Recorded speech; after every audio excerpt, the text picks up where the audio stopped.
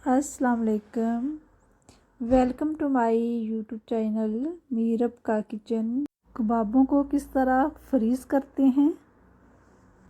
कबाब को फ्रीज़ करने का तरीका बहुत ही आसान सा है और चलें देखते हैं कि किस तरह हम इसको फ्रीज़ करते हैं। यहाँ पर हमने सारे जो कबाब बना के रखे हुए हैं इसके ऊपर भी रैप पेपर लगा लिया है। इसके ऊपर फिर इस तरह रखते जाएंगे और रैप पेपर लगा लेंगे।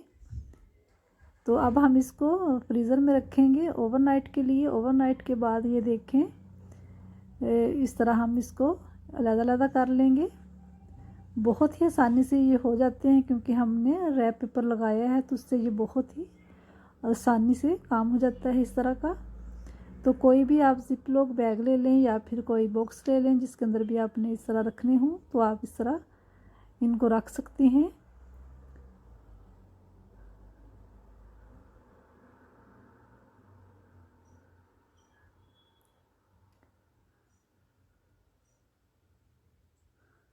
ये देखें इस तरह।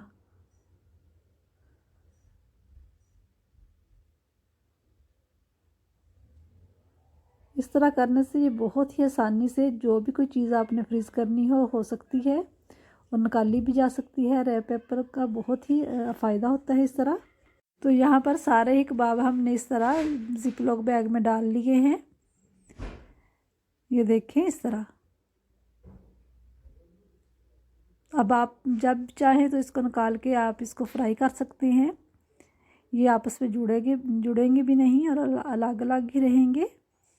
तो बहुत ही आसान सा ये तरीका है और इसकी रेसिपी का लिंक मैं ऊपर आई बटन में दूंगी, आप देख सकते हैं। बहुत ही आसान सी रेसिपी है और बहुत ही मज़ेदार ये सेवर फूड पुलाव के कबाब तैयार होते हैं।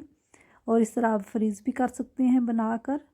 तो वीडियो अच्छी लगे तो उसे लाइक कर दें और मुझे अपनी दुआओं में याद रखें। अल्लाह हाफिज़।